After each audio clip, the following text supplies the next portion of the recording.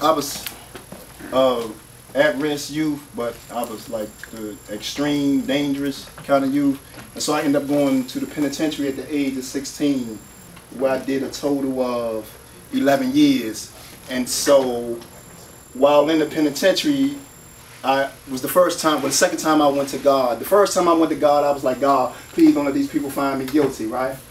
Then the next time I went to God, I said, look, if you help me through this, I promise you that I'll change. But I had to go back to him and be like, God, can we renegotiate that? Because all I know is drugs and guns. Yeah. And so I was like, you have to give me something that I can do. And so I discovered the arts. Believe it or not, prison is the most artistic place in the world. Y'all, I know some of you all have received those jail cards, those letters. So that's all you had to do is work on your talent. So I tried to be a rapper. I stunk at it. And so a guy was like, man, you rap like telling stories. So he challenged me to write a book, and I wrote my first book in 30 days. And so I became like the prison library. So I kept writing. So when I left prison, I had 8 books, 5 screenplays, and 4 children books, and I've only released 3 books actually. And so I shot a TV series, well, 2 episodes of a TV series that I wrote and direct called Laws of the Street. And if you visit, if you have the card, the flyer, that's my company, Carey Entertainment. If you visit the website or YouTube me or any of that, you can see like some of the trailers. So with that, I'm gonna do this piece. I'm out. There it is. See, today is my first day back on the streets. And I got a secret to tell because this was a rude awakening for me. See all them nights that I set up on that bunk and dreamed about this day. Now reality and hope just don't look the same. So instantly I'm drained. See, this is the first time in my life that I've ever felt the shame. See, I have to go live back at my mother's house. And including her, everybody in there, they want me out. See, they say I'm just another mouth to feed, and there isn't no place in there for me to sleep. And then the streets start to whisper to me, Lamont, come back. You ain't gotta live like that. The streets ain't changed. You still know this game. See, the streets keep calling me by my first name. And all my buddies I thought was gonna take care of me when I came home, now they moving in that cell I just left, though they dead and gone.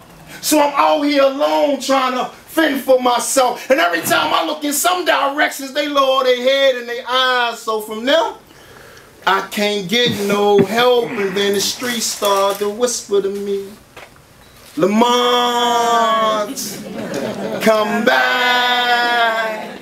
You ain't gotta live like that.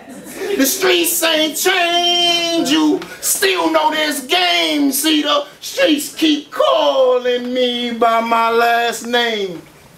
And the other day I go see my parole officer, and she's telling me that I got to do A, B, and C, or she gonna guarantee me they gonna take me off the streets.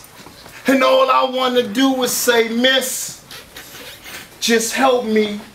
But it seemed that she got her guards up, like I'm here to make her job rough. So I keep my mouth closed and promise myself that I'ma do as I'm told. But then the streets start to whisper to me, Lamont, come back.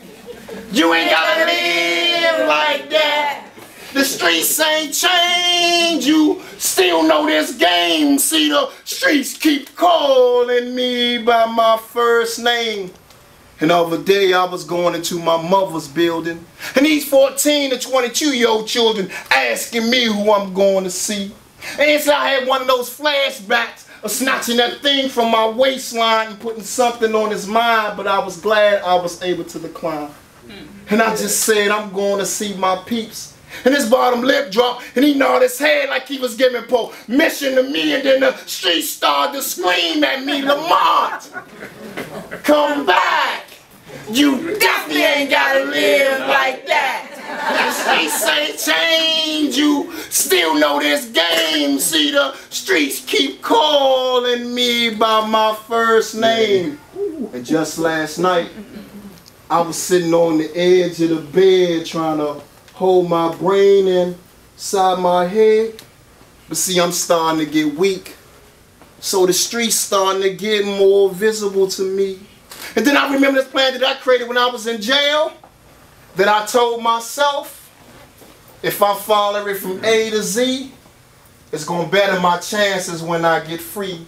So I said I'll try this plan again. A got me a job, B got my own spot. See, every time I touch the stage, I make sure that I leave it high. But I just hope tonight, when I lay down to go to sleep, that I'm not too weak, because the streets gonna be whispering to me, Lamont, you ain't gotta live like that. And the sad part about it, y'all, is that the streets may never forget my name. Come on, man.